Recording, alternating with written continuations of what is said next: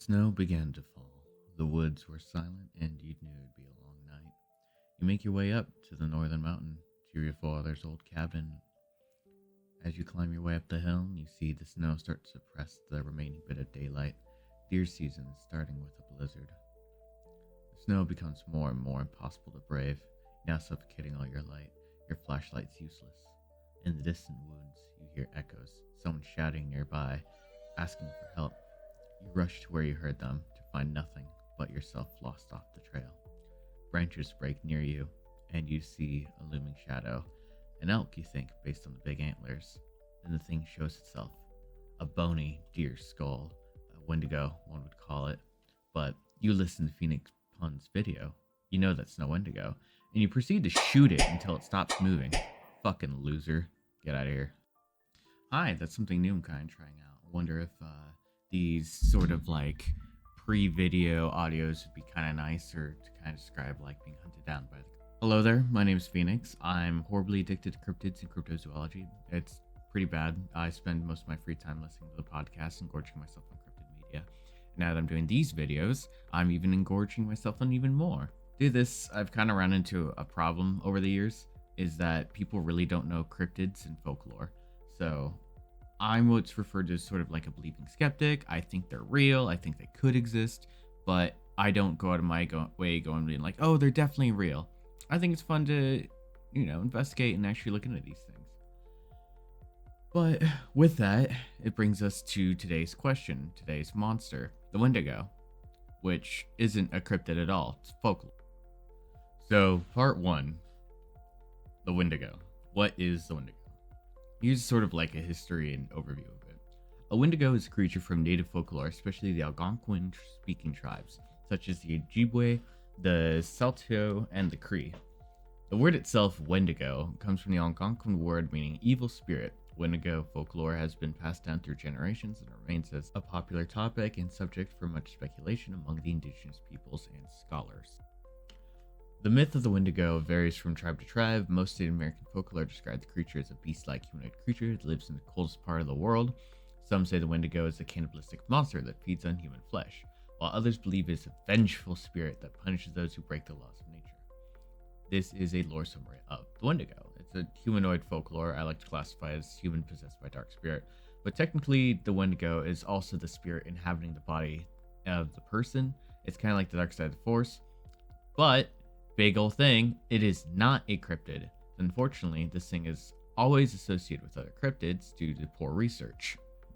Usually the change is brought on by greed, or other stories say the eating flesh of another human, especially during the harsh East Coast or cold North conditions, during the frozen months especially.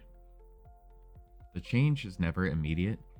Northern tribes fear the creature enough that they have their own witch hunts over this, and so if they even just hint that you've eaten anyone at all or had to go through this, they might kill you. And there's a whole story of where like two men got arrested because they're called Wendigo hunters, and they'd essentially kill people without persecution. But back to the Wendigo. The creature is just mostly depicted as a person who is insatiably hungry. They devour whatever they can get their hands on. They eat human, they eat animal, they eat anything they especially can, to the point where they start eating themselves and committing like sado cannibalism. They'll end up like chewing their lips off and chewing their fingers, and as they are still eating, consuming, they remain forever gaunt. Like their stomach is a bottomless pit to nothing. They are more skeletal and they rot and smell. Some would even deem them as undead. One of the best depictions of the Wendigo is the game Until Dawn, where it is a sort of large, gaunt, gangly creature that is losing most of its eyesight. It uses sounds to hunt. It hunts in the cold. It is fiercely strong and aggressive. Now, I hear that you're going to be like, hey, you're saying that name a lot. And to tell you the truth, I am saying the name a lot, and no, it's not entirely bad luck. It's a sort of yes and no that it's bad luck. See, the word Wendigo is actually the Americanized version of the word Wendigo or Wendigo. And being that both those words really don't have any connotation. Those could be entirely wrong as well. The sort of idea that saying its names can draw attention applies to all Native American boogeymen slash monsters.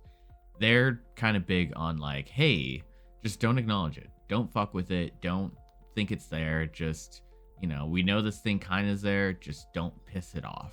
Now, the other half of that is being that I'm from Arizona, of all places, best state in the world. I don't have to really deal with this as a folklore and not actually a cryptid. It means it has a power set or abilities. The first one is that it is apparently very good at healing. Like, we're talking about like werewolf good healing, Wolverine good healing. It will just out heal a lot of things unless you can damage it with what it's weak to.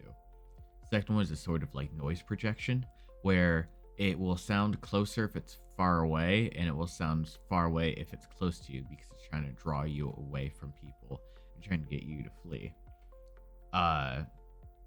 This third thing is that supposedly they can call in a blizzard, and if a blizzard just randomly appears, just random like intense snow within like silence, then most likely it is believed to be that a Wendigo is there.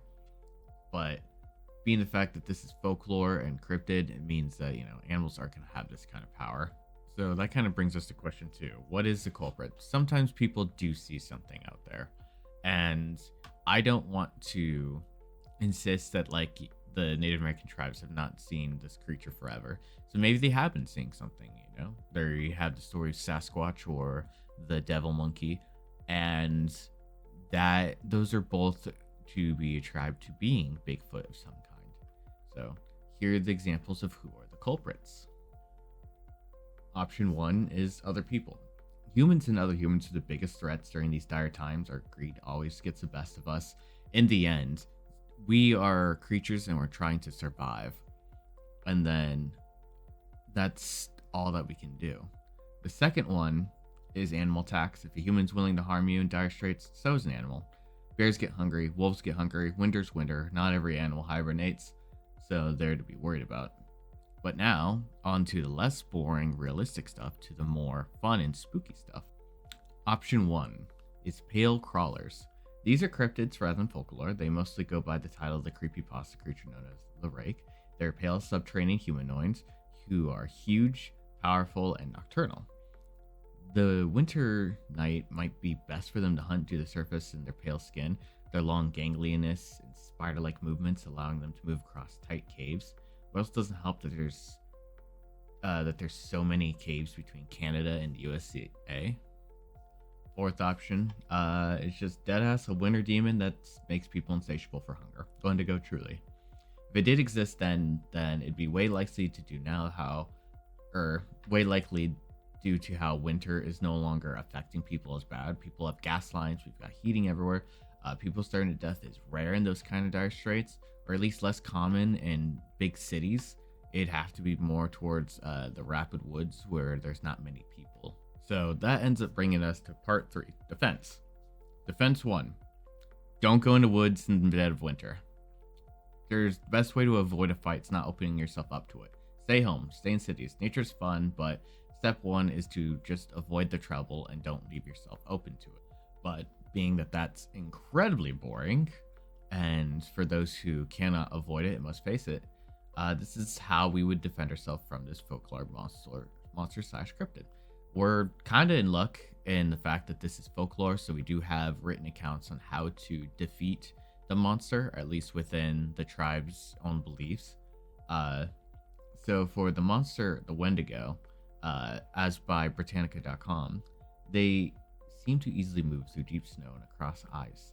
A shaman may be the only person who can subdue or destroy the Wendigo using either silver, steel, iron bullet, or a dagger. Some legends, however, claim that the Wendigo's heart must be cut, melted, or burned in a fire before the spirit's truly vanquished. So it sounds like a shotgun full of steel buckshot, or maybe iron buckshot. Go with steel, probably cheaper. Steel slugs, a full metal jacket round that has the iron bar in the middle of it. As for silver, that's way more expensive to work on, so you probably don't want to worry about that too much. As for, it's almost $2,000 for a kilogram of steel. But one buckshot bullet has, or shell, I should say, has around 8 pellets worth about 3.4 grams, which is worth about $20. So that's one thing. If you're bold, you could use a steel blade, sword, axe, something to carve, something to cut, something to hunt monsters with. Uh, then with fire, probably would suggest either dragon's breath, introduce it to magnesium. Now, as for protecting yourself, I'd say the Wendigo is going to be faster and stronger than you physically, but enjoys luring and ambushing people. So, step one would be to stay with your friends, stay in a group, ape strong together. If running light may be your idea, then probably wearing, Kevlar plate could protect you, at least if it's like a soft Kevlar, something to cushion you, especially if it gets hit, and especially if you're running firearms. If you're doing, blades, martial weapons, I'd recommend, going with the full plate. That might protect you. I don't know. I don't think chainmail would.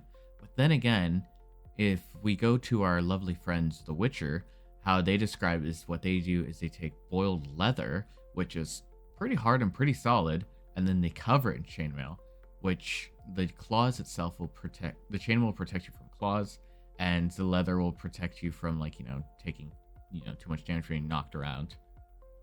With that, the leather could also be reinforced with fur, and you can remain warm during the winter. But making a full suit like that would be really fucking expensive, especially since chainmails are very not fun to weave, being the fact I've made my little bit of chainmail. I haven't made a full thing like some people, but I've made some 4-in-1, and it's made out of galvanized steel, and that's just not very fun. Not to mention that leather is extremely expensive. If you go to Tandy Leather, you can probably get I think I could get 21 square feet for $120, which is almost like $2 a square foot. And then on top of that, you're going to have to double up whatever you make so that's layered, because you're going to need a layer that's going to be boiled, and you're going to need a leather that's going to be water coated so that it'll be like, essentially you need a soft and a hard layer, and then you need to put a layer over it that's the chainmail, which chainmail is usually made from wire, especially if you are just making it from home. You'd make the butted mail, and that can range from about like $20 for 20 feet, dollar per foot, which can be great, but I mean, no, you know how much it's going to cost. I think it'd probably have to go through like 5 or 6 rolls if you want to make a full suit. You'd have to reinforce certain spots with it.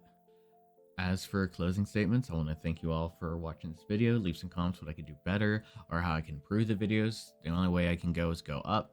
I want to know what your opinion should be on the next video should be, or any suggestions. I think I might be doing the Mothman next.